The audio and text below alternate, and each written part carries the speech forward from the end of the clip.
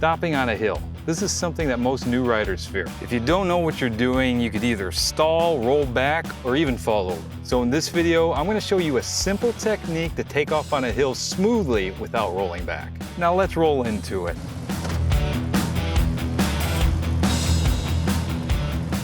What's up, guys? As you can see behind me, I have this massive hill. Kudos to Eli and James for letting me use their hill at their beautiful home. Just moved out here to Tennessee, and when I stopped over here and saw this hill, I said, I gotta do a video on it because it is massive. And it can be intimidating, but I promise you, this is a learnable skill, and a lot of you have been there and probably still have that nervous feeling when you come up to a hill at like a stoplight, or you're on a mountain road with a stop sign. There's a lot of those out here. In this video, I'm gonna go ahead and show you actually 3 ways that you can take off on a hill, but one of them is the way that you should be doing it pretty much all the time. So let's get into it.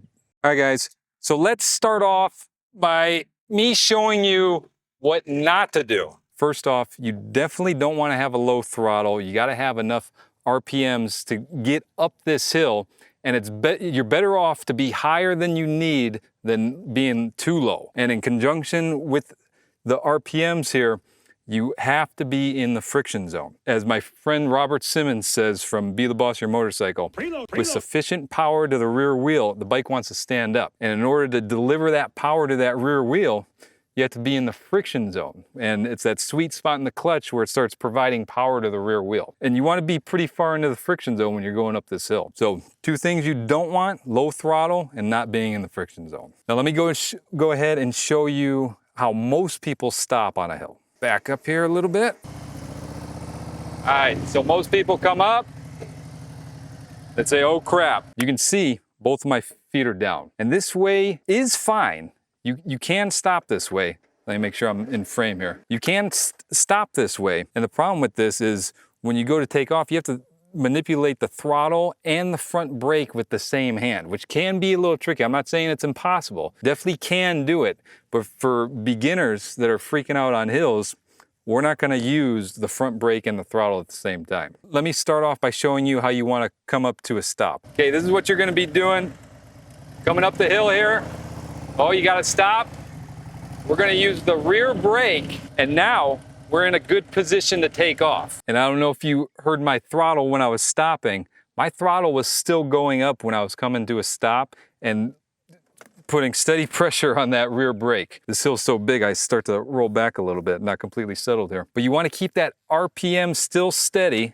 We're gonna have to use the brake right here, because we keep on moving backwards. So you want to keep those RPMs steady and then keep on putting more and more pressure on the rear brake until you come to a stop. Then you can pull in the clutch, and then of course make sure you put your foot down. I know some people might get nervous. You can come to a stop with the front brake, but please, if you do, make sure your handlebars are straight. So if you do stop with the front brake, which I really don't want you to do, especially if it's nice smooth ground, if you stop with the front brake, you can reset, get your foot on the rear brake. This is gonna be the secret here, okay? Okay, so look, we're on a pretty steep incline. Now we're only gonna have to concentrate the throttle with this hand.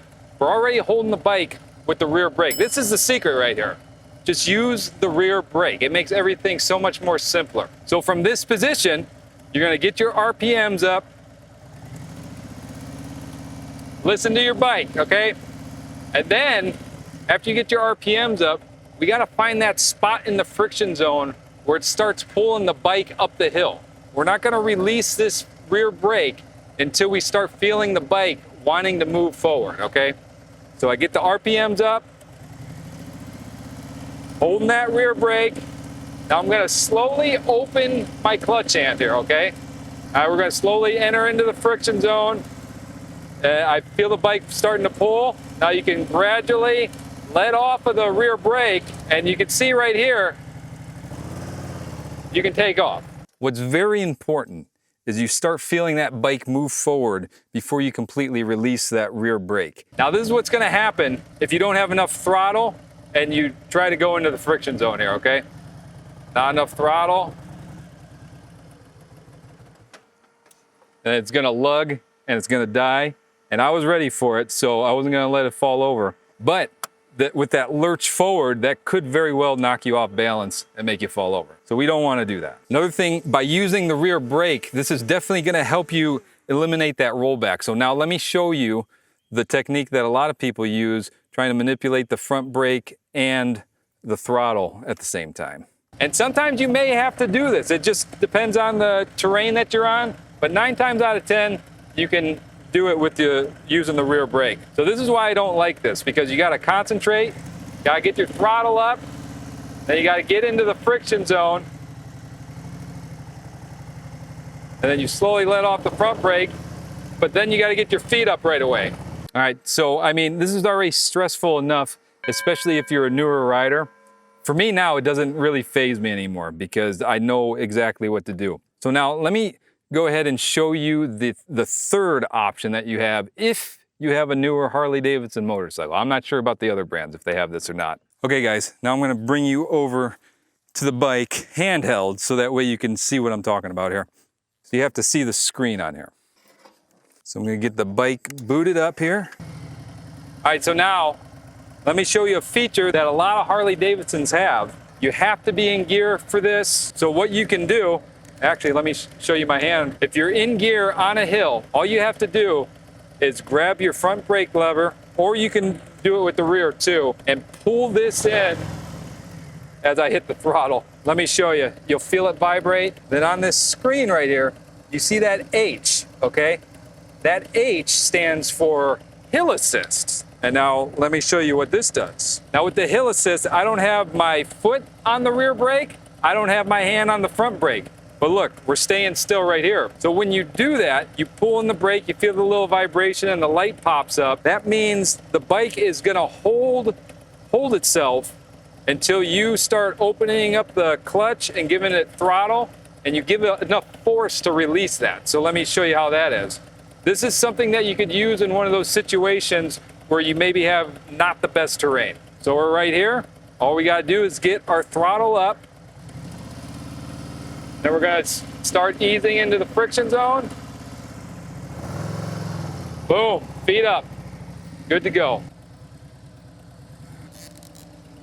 You got Eli washing her bike over there. Mine's next. That definitely is a good option to have, especially if you're not in the greatest situation. Although, I am a firm believer of still doing it the way that I showed you using the rear brake. Because if for some reason that hill assist malfunctions, you know how these bikes are with computers, you want to be able to know how to go ahead and take off on this hill. All right, so let's go over some of the common mistakes and how you can quickly fix that.